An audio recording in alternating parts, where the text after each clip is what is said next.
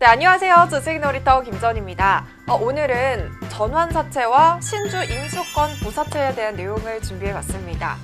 사채. 이름이 너무 무시무시한가요?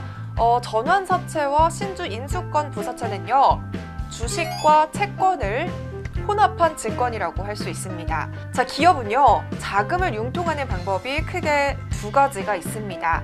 첫 번째로는 주식이고요. 두 번째로는 채권입니다.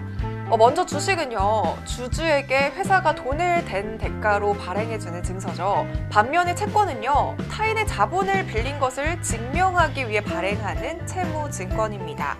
제가 A기업의 주주인데 A기업에 투자를 했다고 해서 원금을 보호받을 수 있다거나 혹은 A기업 또한 저한테 원금을 상환해야 될 의무는 없습니다. 반면에 채권은요, 약속된 날짜에 반드시 상환할 의무가 있는 거죠. 이처럼 채권이던 주식이던 둘 다 기업의 자금 수단이 되는 건 맞지만요, 둘의 성격은 다르다고 할 수 있습니다. 이렇게 채권과 주식의 성격을 혼합한 증권이 바로 앞서 말씀드린 전환사채와 신주 인수권 부사채입니다. 먼저 전환사채는요, 발행 당시에는 사채로 발행을 합니다. 투자자에게 이자를 꼬박꼬박 주는 거죠. 네, 하지만 전환사채는요, 채권을 주식으로 전환을 할 수가 있습니다.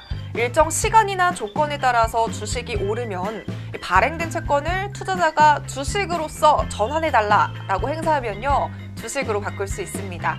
이렇게 주식이 오름으로써 차익을 얻는 거죠. 동시에 사채의 속성은 소멸이 됩니다. 자, 사채의 속성이 소멸된다는 것은 무엇을 의미하는 걸까요? 투자자에게 빌린 돈을 갚지 않아도 된다. 왜냐면요, 주식은 앞서 설명한 것과 같이 주가가 떨어졌다고 해서 기업이 투자자에게 원금을 보호해줄 의무가 없는 거니까요. 그럼 신주 인수권 부사채는 무엇일까요? 말 그대로 신주를 인수할 권리를 부여한 사채라는 뜻입니다. 네, 앞서 설명드린 전환사채는요, 투자자가 주식으로서의 전환권을 행사하게 되면 사채의 속성은 소멸된다라고 말씀을 드렸습니다. 하지만 신주 인수권 부사채는요, 채권을 발행할 때부터 만기가 될 때까지 채권의 성격을 쭉 가지고 있는 거예요. 주식에 대한 권리만 준다는 겁니다. 좋은 조건에 살 수 있는 권리만, 추가적인 혜택을 드립니다. 이런 의미로 생각하시면 조금 더 이해가 수월할 것 같습니다. 회사 입장에서 보면요, 일반적인 사채에는 좋은 조건의 주식을 살 수 있는 권리가 없잖아요. 하지만 신주 인수권을 투자자에게 부여를 하게 되면 회사 주가가 상승할 때는 투자 수요를 유발시켜서 자금 조달이 가능합니다. 즉, 신주 인수권을 행사함으로써 사채는 그대로 있고 추가 자금이 납입돼서 새로운 자금 조달을 도모할 수 있다는 이점이 있습니다.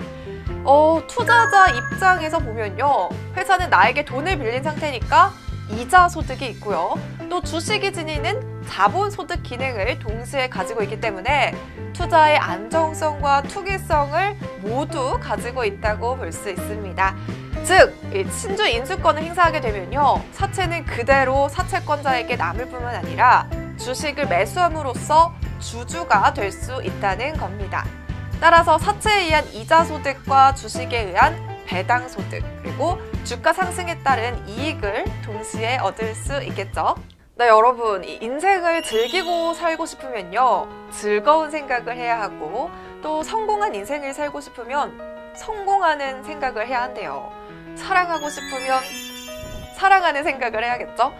우리가 마음속으로 생각하고 말하는 모든 것들은 현실이 될 수 있으니까요, 오늘도 행복해지는 상상 많이 하세요. 네, 지금까지 즐거운 주식놀이터였습니다. 저희는 다음 주에 봐요.